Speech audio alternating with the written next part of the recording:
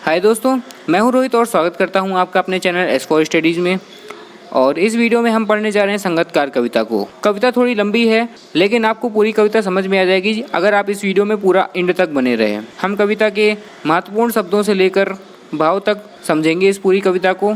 इस वीडियो में आगे बढ़ें उसके पहले हम आपको बता दें कि हमने राम लक्ष्मण परशुराम संवाद, सूरदास के पद, यह दंतुरित मुस्कान, फसल, उत्साह कविता, अट नहीं रही है, छाया मत छूना, कन्यादान कविता के ऊपर वीडियो बना रखा है जिसकी लिंक आपको इस वीडियो के डिस्क्रिप्शन बॉक्स में मिल जाएगी। आप उन वीडियोस को इन लिंक्स के माध्यम से ज़रूर देखिएगा। और अब शुरुआत करते हैं संगतकार कविता की, जिसे लिखा है मंगलेश डबराल जी ने। संगतकार कविता गायन में मुख्य गायक का साथ देने वाली संगतकार की भूमिका के महत्व पर विचार करती है। संगतकार केवल गायक ही नहीं, हर किसी के जीवन में होते हैं। उदाहरण के लिए एक विद्यार्थी जिसके लिए उसके माता पिता और शिक्षक उसके लिए संगतकार का काम करते हैं। जब भी वो रास्ते में भटक जाता है तो संगतकार की भूमिका निभाते हुए माता पिता और शिक्षक उसका मार्गदर्शन करते हैं। कविता के माध्यम से यह भी बताया गया है कि संगतकार का सामने ना आना उसकी विफलता नहीं, उसकी मानवीयता है।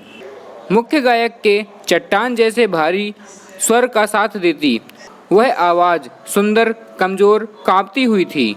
इन पंक्तियों के माध्यम से कवि संगतकार की आवाज़ की विशेषता बता रहे हैं। बात यह है कि संगतकार की आवाज़ मुख्य गायक की जोरदार आवाज़ से थोड़ी धीमी होती है, सुंदर, कमज़ोर और कांपती हुई होती है, पर वह संगीत में उतना ही आनंद डाल रही होती है जितना मुख्य गायक की आवाज़ डालती है। अब आगे कवि संगतकार की मानवीयता पर संदेह करते हुए कहते हैं, वह मुख्य गायक का छोटा भाई है या उसका शिष्य या पैदल चलकर सीखने आने वाला दूर का कोई रिश्तेदार। मुख्य गायक की गरज में वह अपनी गूंज मिलाता आया है प्राचीन काल से। गरज अर्थात ऊंची गंभीर आवाज़, अर्थात प्राचीन काल से संगतकार मुख्य गायक की आवाज़ में अपनी गूंज मिलाता आया है, जो कि संगीत की सुंदरता को और भी ज़्यादा बढ़ाता है। गायक जब अंतरे की जटिल तानों के जंगल में खो चुका होता है या अपने ही सरगम को लांघकर चला जाता है भटकता हुआ एक अनहद में, तब संगतकार ही स्थायी को संभाले रहता है। यहाँ पर अंतरे अर्थात संगीत का मुख्य भाग, सरगम अर्थात 7 सुरों का समूह, अनहद अर्थात मन में गुनगुनाना या बिना आवाज़ के गुनगुनाना। ये पंक्तियाँ यह कहना चाहती हैं कि मुख्य गायक जब संगीत के मुख्य भाग को गाते गाते इतना ज़्यादा मग्न हो जाता है कि संगीत की अगली पंक्तियाँ उसे याद नहीं रहती, जिसकी वजह से वह संगीत की मुख्य लय से भटक जाता है, या जो वो स्वर गुनगुना रहा है उसमें इतना ज़्यादा लीन विलीन हो जाता है कि भटकता हुआ उन्हीं स्वरों को अपने मन में गुनगुनाने लगता है। उस स्थिति में संगतकार संगीत को संभालता है और मुख्य गायक को संगीत की लय में वापस लेकर आता है। संगतकार के इस प्रयास के कारण दर्शकों का संगीत में आनंद बना रहता है। जैसे समेटता हो मुख्य गायक का पीछे छूटा हुआ सामान, जैसे उसे याद दिलाता हो उसका बचपन जब वह नौसिखिया था, नौसिखिया जिसने अभी सीखना शुरू किया हो। यहाँ पर संगतकार जिस तरह स्थायी को संभालता है उस स्थिति को कवि उदाहरण लेकर समझाते हैं और कहते हैं, जैसे समेटता हो मुख्य गायक का पीछे छूटा हुआ सामान, जैसे उसे याद दिलाता हो उसका बचपन जब वह नौसिखिया था।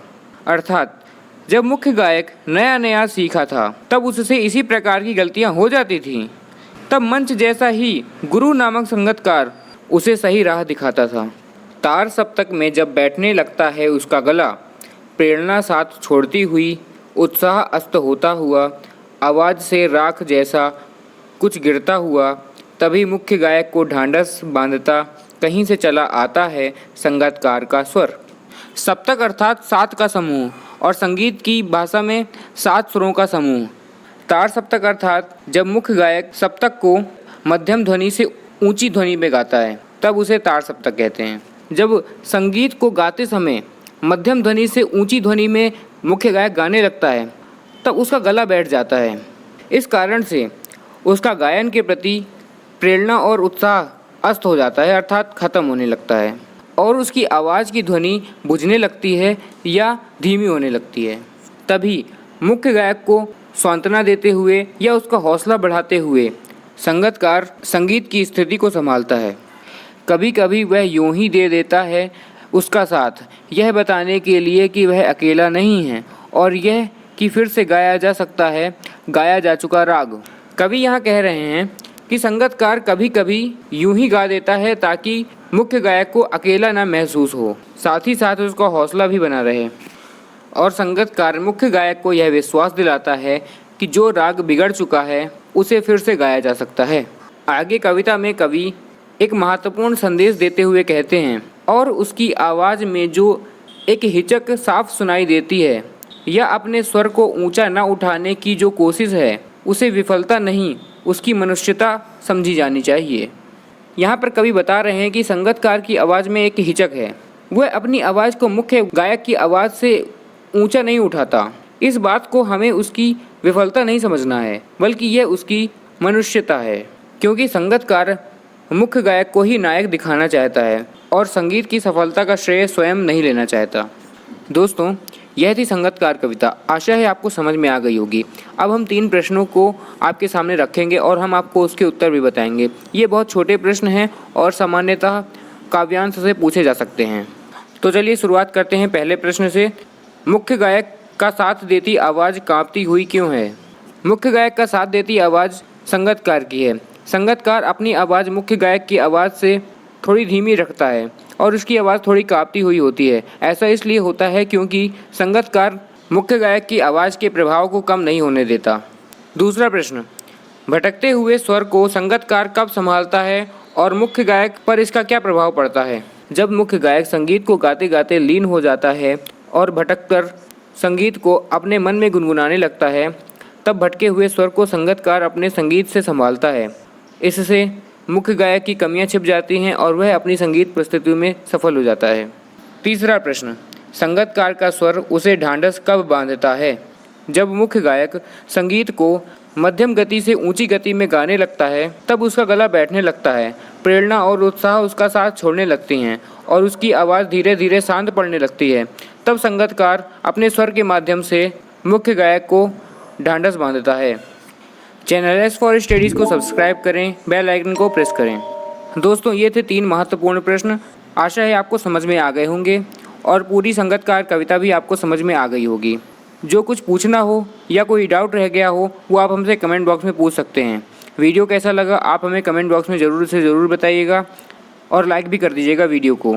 हमने इस वीडियो को बनाने से पहले राम लक्ष्मण परशुराम संवाद, सूरदास के पद, यह दंतुरित मुस्कान, फसल, छाया मत छूना, कन्यादान कविता, उत्साह, अट नहीं रही है, इन सभी कविताओं के ऊपर वीडियो बना रखा है। डिस्क्रिप्शन बॉक्स में दी गई लिंक्स के माध्यम से इन वीडियोस को ज़रूर से ज़रूर देखिएगा। तो दोस्तों, मिलते हैं अगले वीडियो में। तब तक के लिए बाय बाय, जय हिंद।